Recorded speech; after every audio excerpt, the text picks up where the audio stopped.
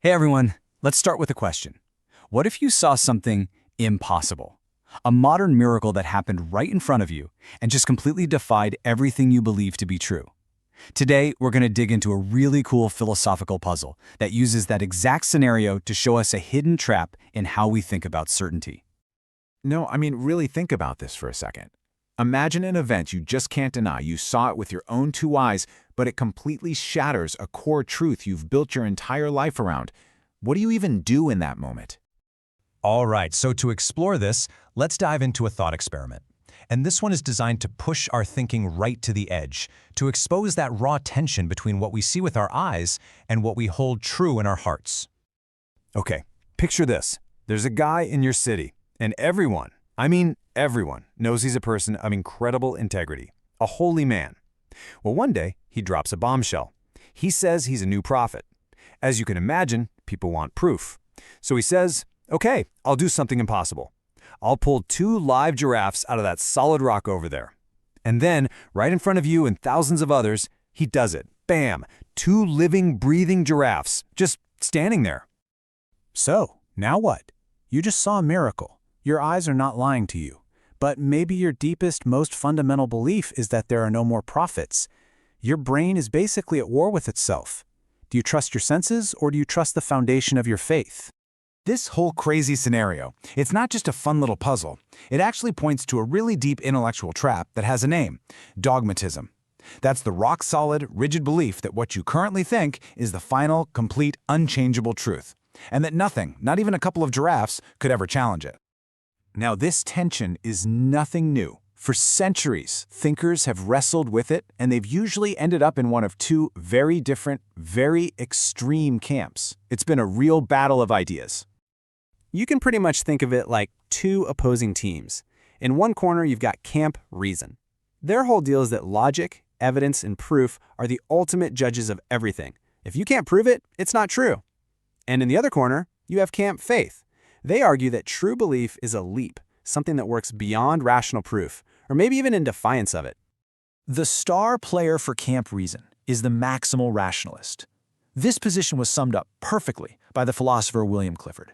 He basically said that you are morally wrong to believe anything, unless you have enough evidence to convince any rational person on the planet.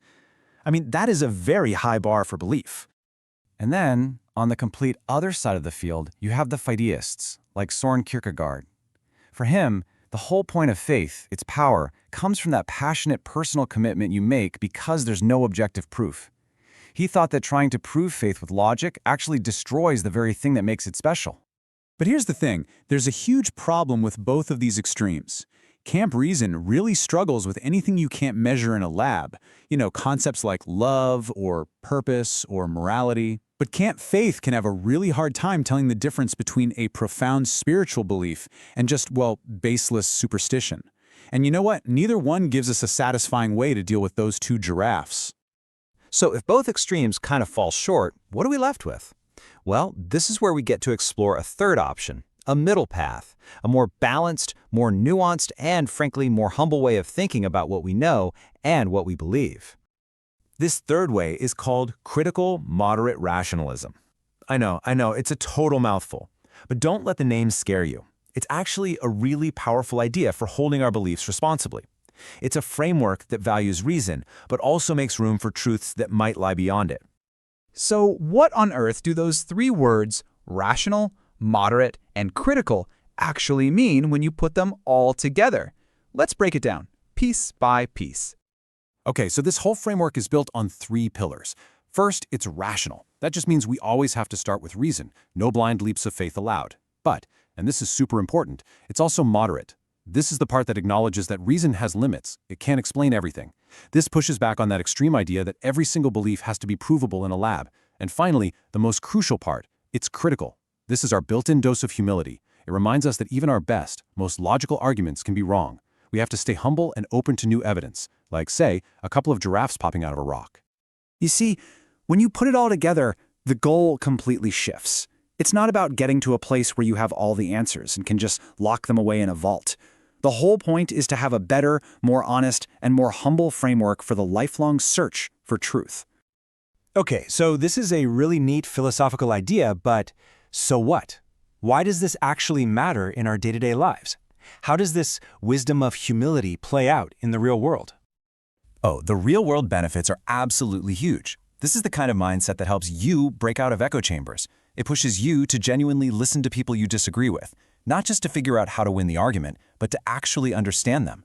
It turns belief from some kind of static fortress you have to defend 24/7 into a dynamic, exciting journey that you're on. It keeps you from making that arrogant mistake of thinking that your personal point of view is the same thing as the absolute truth. This spirit of intellectual humility is captured perfectly in this one line from the source material. It's a reminder that the search for truth is never really over. The second you think you've arrived at the safe castle, well, that's the exact moment you stop growing. And so that's the final thought I really want to leave you with. Just imagine, what would our world look like if more of us tried this? How would our politics, our relationships, our own lives change if we could learn to hold our beliefs with passion, but also with the humble, critical awareness that we might still have something left to learn?